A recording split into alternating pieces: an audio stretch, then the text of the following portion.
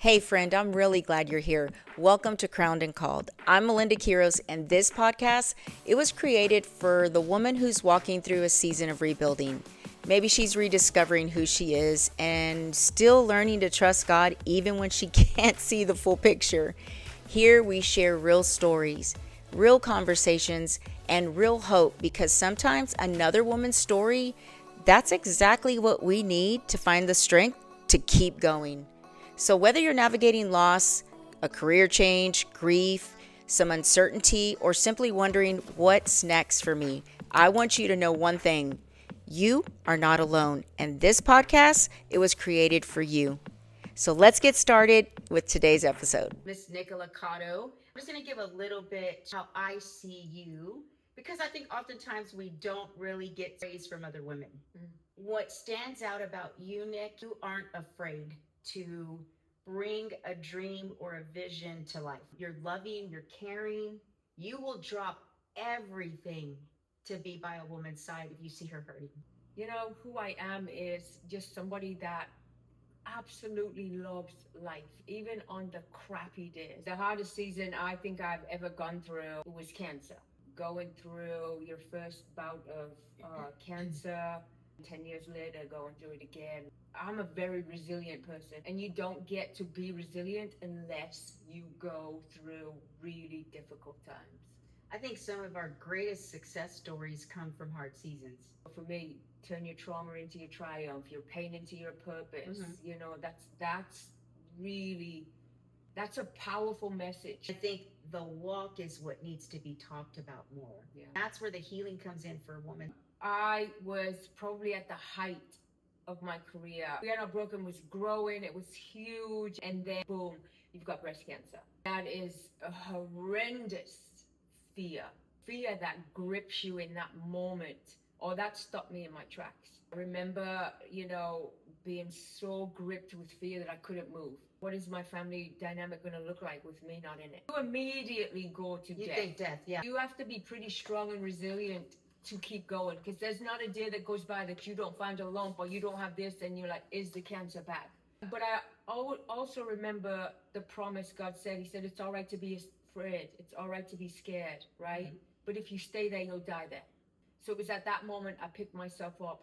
And I remember, all of the doctor's appointments, and the doctor said, well, we don't know that you have enough fat to rebuild. I said, I don't care if I ever have breasts again. Take out the cancer. I'll always be thankful for cancer, which is really crazy to say because I thought I was on fire for life prior to cancer. Let me tell you, after cancer, that lit a fire in me because I survived. And not only did I survive, it's like David and Goliath, right? I'm going to be David in this. The cancer is going to be Goliath. Not only am I going to chop its head off, but I'm going to be like Goliath, and I'm going to run around the city with its head. Amen. That's exactly how I attacked cancer from then on. And I think that was your turning point. Oh, that was 100% my turning point. I tried to make my way back to We Are Not Broken. I had to quiet myself. Had to get silent. Last year, I decided to go back to school, and I'm like, okay, I'm in my mid-50s. I already have a bachelor's degree, but now I have to go all the way back to the beginning because this country doesn't accept my bachelor's degree. So now I have to humble myself and go right back to square one, which, hey, I'm willing to do, but I need to do it in an accelerated pace. My first year, 5 classes a semester, finished a 2-year degree in 1 year. I will finish up a 4-year degree again in another year this December, and I'll start graduate school in January. My trajectory is 3 degrees in 3 years. It's not that I have to prove myself to anybody. So if I speak it daily, I'm a big believer of, listen, the power of life and death is in the tongue. Mm-hmm. And I'm never, ever going to speak death over myself. And if I could give any advice to any woman out there, speak life always. The turning point, you decided you were going to not just slay Goliath's head off, but you were going to carry it around the city and prove to everybody that you're a force, right?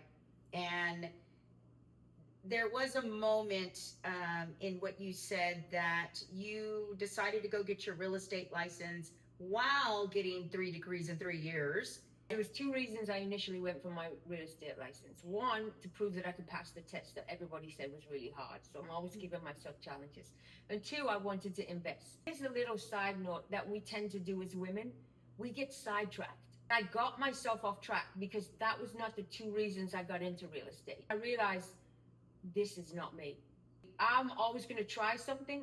I'm not going to say, well, I wish I could do that, or I want to do that one day. I'm going to try it. If I don't like it, I'm going to move on to the next thing. Yeah. Tell us about what you're doing now. Well, last year, as I was finishing up my degree, I had to do a 4-month internship at Williamson County Attorney's Office.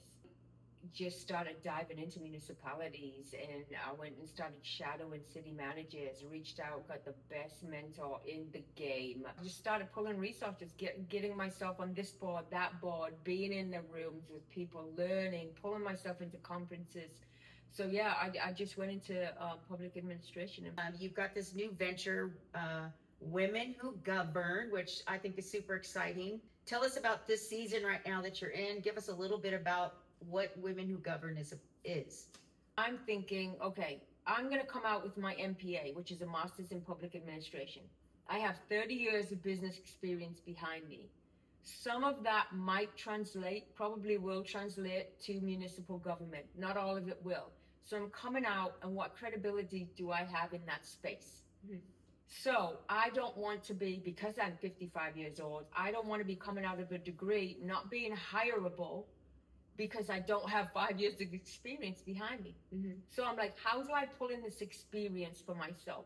So I built a platform where I took all of the tabs, closed the tabs, put them within this integrated intelligence platform, where now I'm collecting the credibility. Mm-hmm. I'm on economic development advisory boards for the region of Texas. I'm keeping track of all my shadowing logs.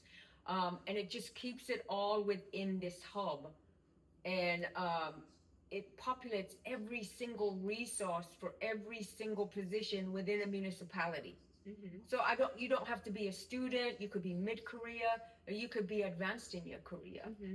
right? If this is the lane that you want to be in, everything is captured within Women Who Govern.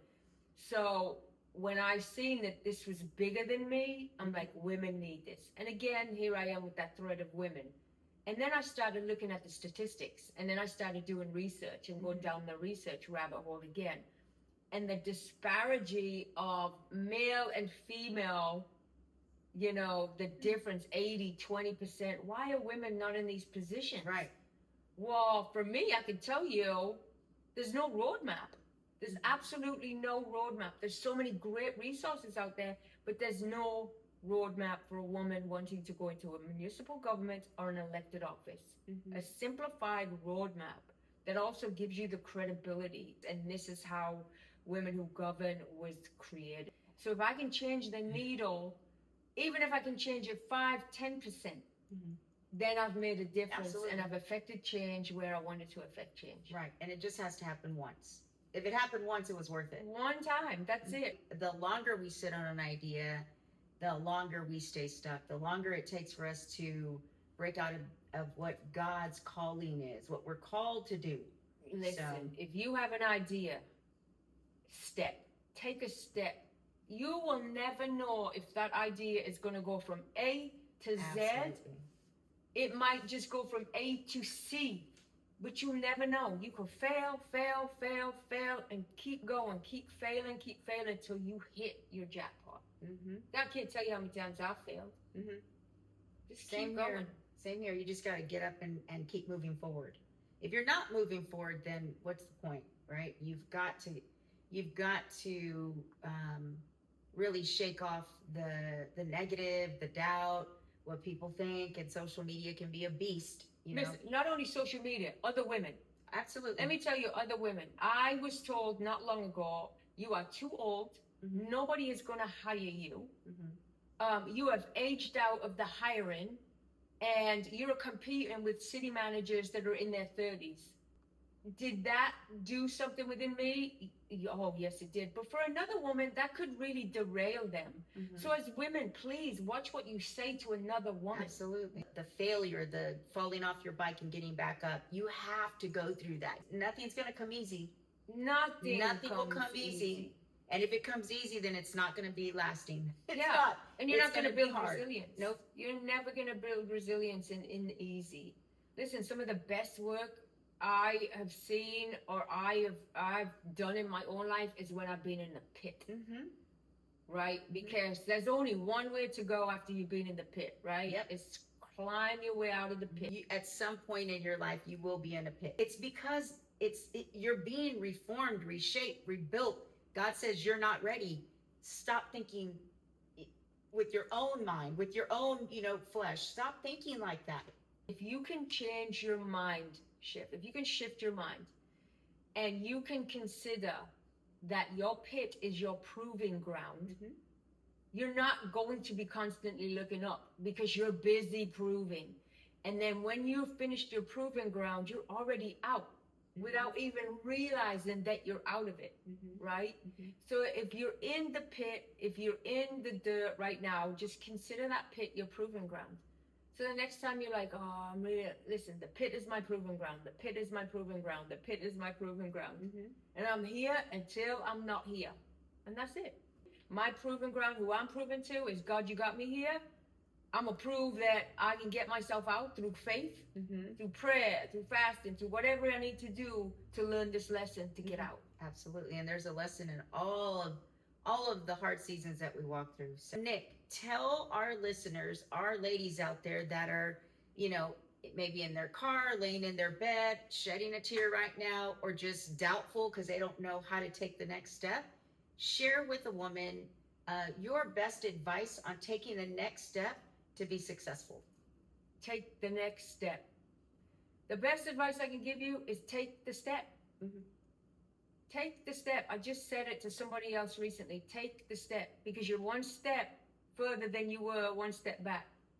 It's not complicated.